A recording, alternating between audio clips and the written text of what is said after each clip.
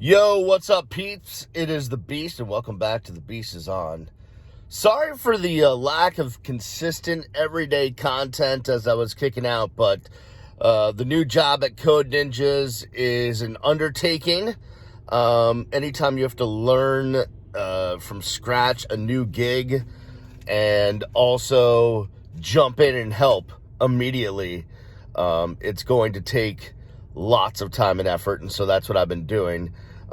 Because while a lot of the skills that I had from radio definitely translated into my new job, there's all sorts of new things I've never done before that the new job requires that I have to learn, and doing that while also trying to contribute and help the wonderful Leon family who owns the Broward Code Ninjas in Cooper City, Coral Springs, and it's opening soon in Plantation. So it's been a rough go, but it's been fun and awesome, and I appreciate your patience waiting for all the content. And I'll just to let you know, I'm hanging out at the Westfield Broward Mall all of this week and half of next week. So come by and see me. We're near JCPenney. Let's have hot takes. Let's talk sports. Let's talk Code Ninjas, whatever you want to talk about. Now, a couple of things. One, there's a subscribe button right there. If you just hit that, what's up with my cuticles? I really need to get a mani. Hit the subscribe button. It would mean a lot to me. I'm trying to get to 1,000 subscribers. I know it's slowed down a little bit because I haven't been making as many videos, but I want to pick it up, get to 1,000 subscribers. That's my goal. Please help me do that. If you're seeing this right here, right now, and you have not subscribed, please do so. You can hit the bell down over there. That'll notify you when there's a new video up. You can always follow me on social media at Miami Radio Beast, and I'll let you know when I have a new video up. So there's all that. All right, let's get into today's topic. And I just want to put this out there as like a warning. It's a lot of people have told me over the course of my time being on the air, on the videos, public figure, whatever, stay away from politics. And I understand where you're coming from. I'm not trying to divide. I'm not trying to be divisive. I don't want to blow off, half the audience because you have different political leanings than maybe I do. But it's passion. It's something that I'm passionate about. It's something I went to school for. I know a lot of you know I have a background in broadcasting, but I also had a double major in political science. I actually spent a summer semester at American University in Washington in an intensive political journalism program, when I thought I was, maybe going to be a White House reporter for some network. But so it's really a passion of mine. I understand it. I like to look at it analytically. Obviously, I have my own emotional attachments to different policies and candidates, but I try to really analyze these things without diving into my own emotions when it comes to politics, because I just like the game of politics. It is like a game. It's like sports. So I like to do that. Just like I would analyze a football game or a basketball game, that's how I like to analyze politics. So I just want to put this out there. Listen, I'm going to talk about the Democratic primary situation, and if you are not on the left side, if you're on the right side, if you're conservative, if you're Republican, if this is going to trigger you, if you're going to hate me because I'm going to talk about Bernie and Amy and Pete and all that stuff, then it's okay. You can stop watching.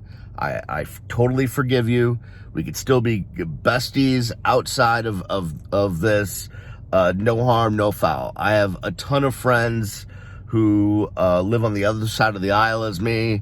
My dad, for a long time, was a Republican.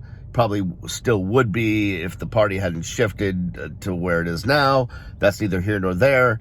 So, listen, we can all be friends. The great thing about America is we can have different beliefs, but then when it comes to just, loving one another and being able to interact with one another, we can do that. So I'm not trying to piss anybody off. So if you're not into it, feel free to click off. Totally fine. Now, if you want to stay and watch, it's fine, but, don't get all ramped up because I gave you a warning beforehand. All right, let's talk about the Democratic primary. So Bernie eked out a win in New Hampshire after Pete eked out a win in Iowa. And here's what's really beginning to show itself in this Democratic primary as we head towards Nevada, South Carolina, then Super Tuesday.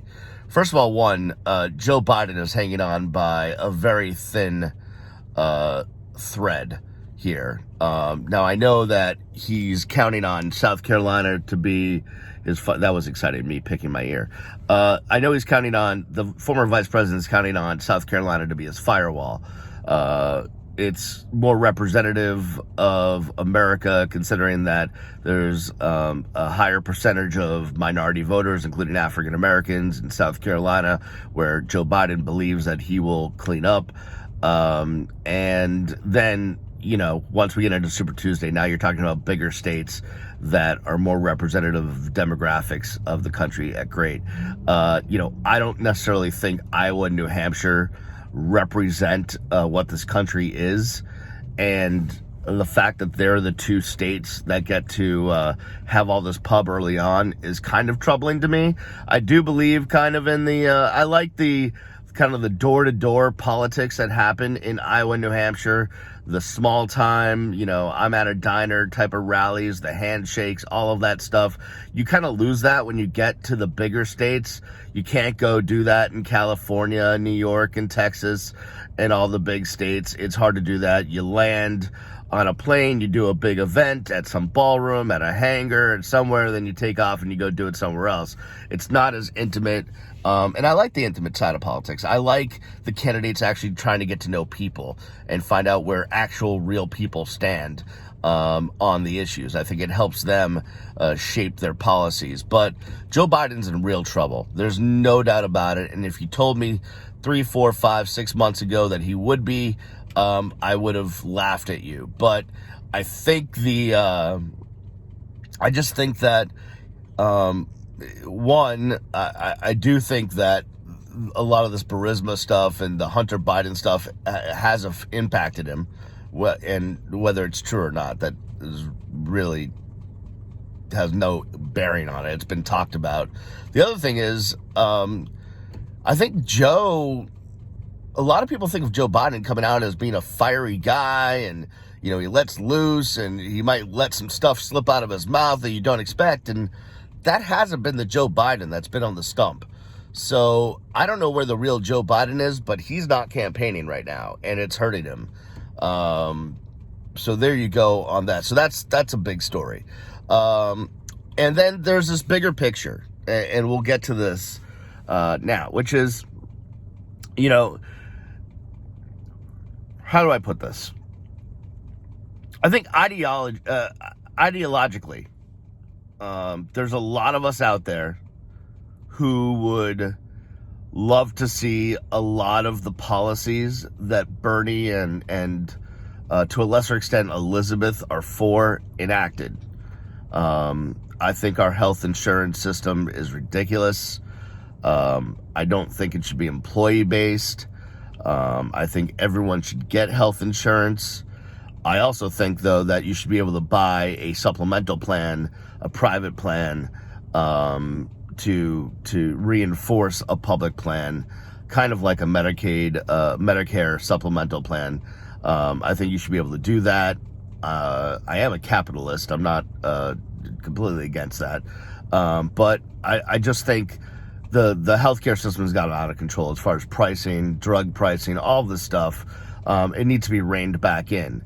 I'm totally for free public education up through college. Now, there's a lot of things I like about what Bernie and Elizabeth have to say, but I'm also a realist and realize we've swung to one side of the pendulum, right?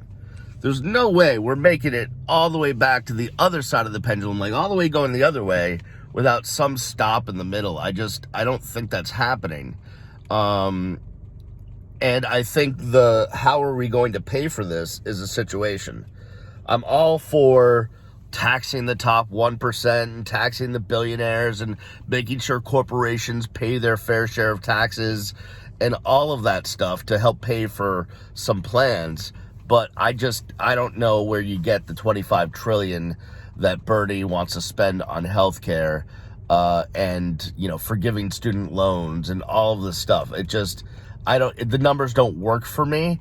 So ideologically, yeah, I'm with you, Bernie. I'd love to start a revolution. I was more of a fan of Elizabeth Warren than I was Bernie Sanders. I think she's more relatable. She's actually, she's been a school teacher, and she's wicked smart and all of that stuff. I really liked Elizabeth Warren. It doesn't look like she is gaining traction. But the bottom line is, I think there's a lot of us on the left that ideologically identify with things that Bernie is talking about. The problem is we realize that it's going to be nearly impossible to get there, because let's say Bernie was the nominee. Well, and let's say he beat Trump and Bernie Sanders is your president. Well, unless you have a complete supermajority in the Senate and you own the House, how are you going to get anything that you want done passed? It's not going to happen. I'm sorry, it's a pipe dream if you think that's the case. And you always have to constantly be thinking about down the ticket. So, yes, the president's the biggest election, but you've got to also, if you're a Democrat and you want to change the Senate and keep the House, you have to have a candidate at the top of the ticket that's going to help pull everyone that's down the ticket along with them. I'm not necessarily sure that Bernie does that. So that's an issue. And the bigger issue is this, which is, so you have Bernie who's, if you add up Bernie and Elizabeth, and let's just say they're the left to the left side of the Democratic Party, they're getting about 30 to 32% of the vote, something like that, in the caucus and primaries that we've had so far. But when you add up a Pete Buttigieg and an Amy Klobuchar, who represent more of the center left part of the party, well, they're getting over 50%. You add Joe Biden into there, you're getting over 50% of the party. The problem is that they're picking off each other's votes. So what you have right now is, yes, Bernie might be the front runner, but if you look at the totality of what Democratic voters are saying, if you add up the center-left candidates, the Klobuchar, Buttigieg, Biden, that's way more votes than Bernie is getting and Elizabeth combined. So what that tells me is that if it was just a two-person race, if it was just Bernie against Amy or Bernie against Pete, that there's a good chance that either Amy or Pete would be getting more of the vote from the Democratic voters in the primaries, but because they're splitting each other, they're taking votes from each other, that's not the case. So it's an interesting scenario that's going to happen, especially as we see Mike Bloomberg jump into the race with all sorts of money come Super Tuesday.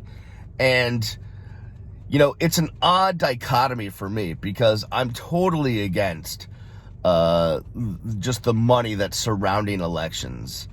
I think what we've done in this country with the Citizens United and everything else, just allowing so much money into politics, it's completely tainted the process. And that being said, the reason why I'm looking at Mike Bloomberg is because he's a real billionaire. Trump claims he's a billionaire with $2 billion. No one really knows if that's totally true or not. Mike Bloomberg can take that $2 billion and shove it somewhere, because he's worth $60-70 billion. And that's for reals.